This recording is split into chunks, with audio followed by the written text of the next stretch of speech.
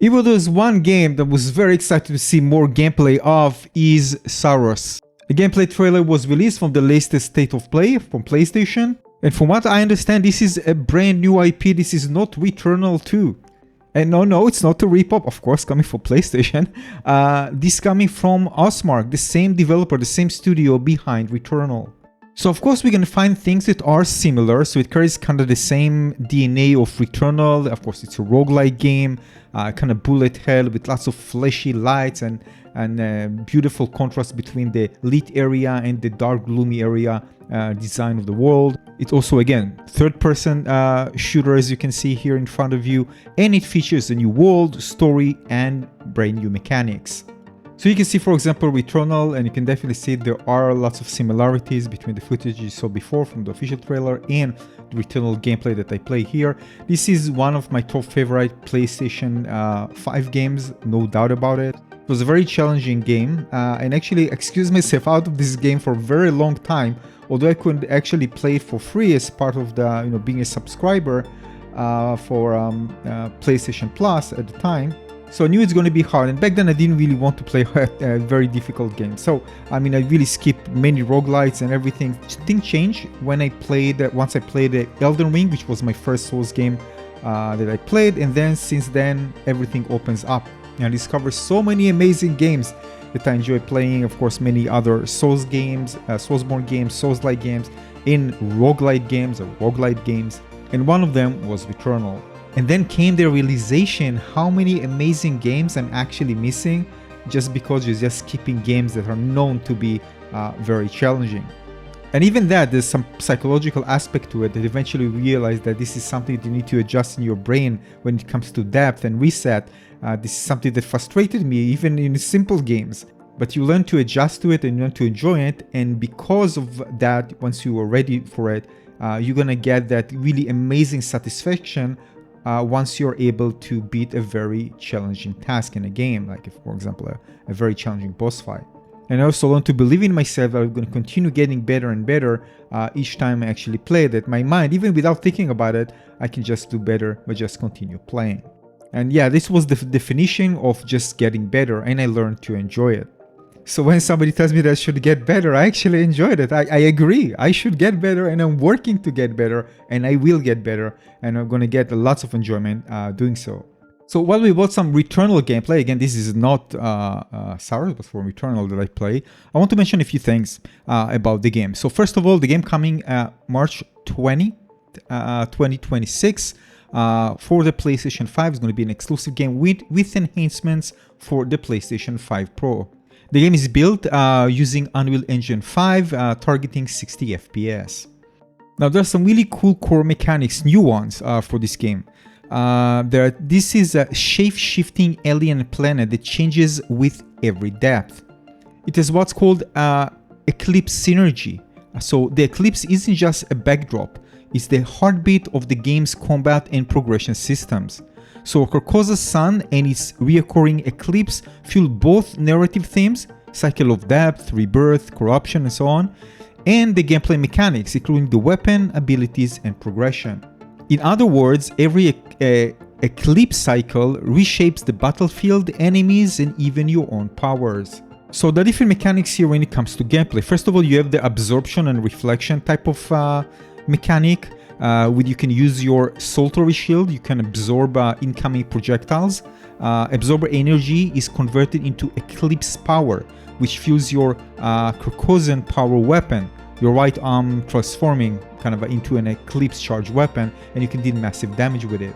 And you can see it here, you can activate the shield and absorb bullets. Of course, this is good for damage reduction, also increasing the damage you're dealing back. Now, there are different weapons. They're going to be human weapons, Solitary weapons that are reliable, kind of tactical firepower. And there's going to be the alien Carcosan weapons that are kind of unstable but very devastating, scaling with Eclipse energy. So the synergy comes from weaving both together, using Solitary gear to survive and Carcosan Eclipse charge attacks to dominate. They also introduced something called the second chance mechanic. When you die, instead of just dying and just restarting straight away, the Eclipse corrupts you but also revives you once per turn. So in other words, you have two lives. So just a few words about the depth. So again, once you die, you are revived. Eclipse revives you. Now, this isn't just a retry. It's tied to corruption. You come back altered with new Eclipse energy following through you.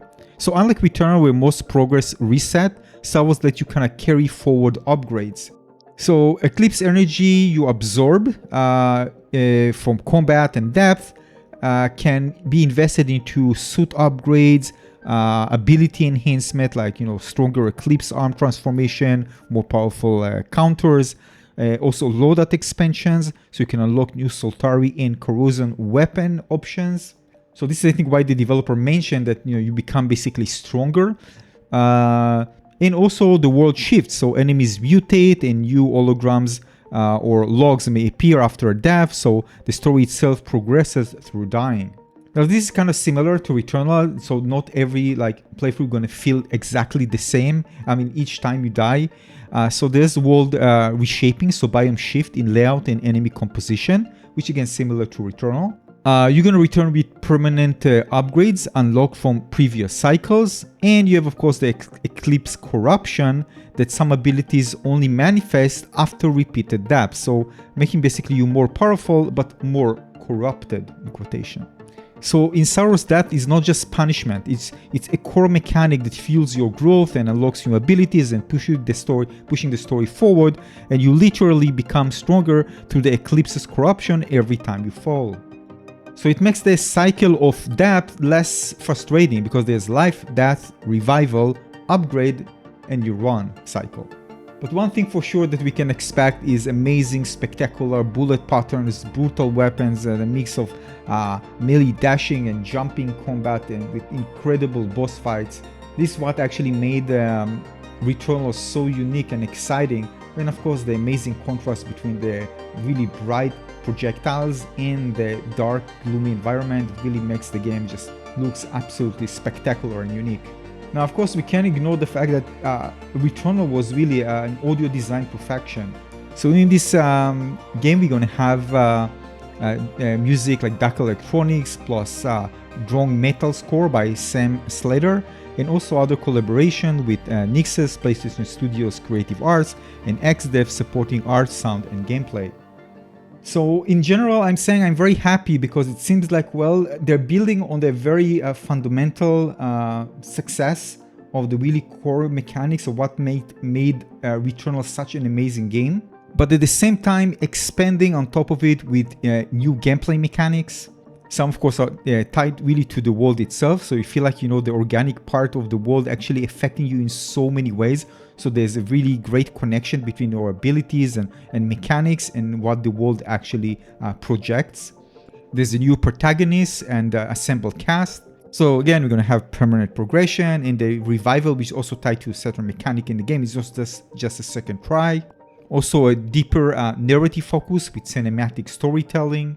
And it's also going to feel something truly unique and new because, again, it's something new and different planet, different protagonists. So it's not going to feel like something similar. It's going to be something that feels completely new. So it's great. And everything updated information and more in-depth information makes you to check the official PlayStation website for Saros. Again, the game coming March 20, 2026, exclusive for the PlayStation 5. And of course, PlayStation 5 Pro as well. Thanks for watching.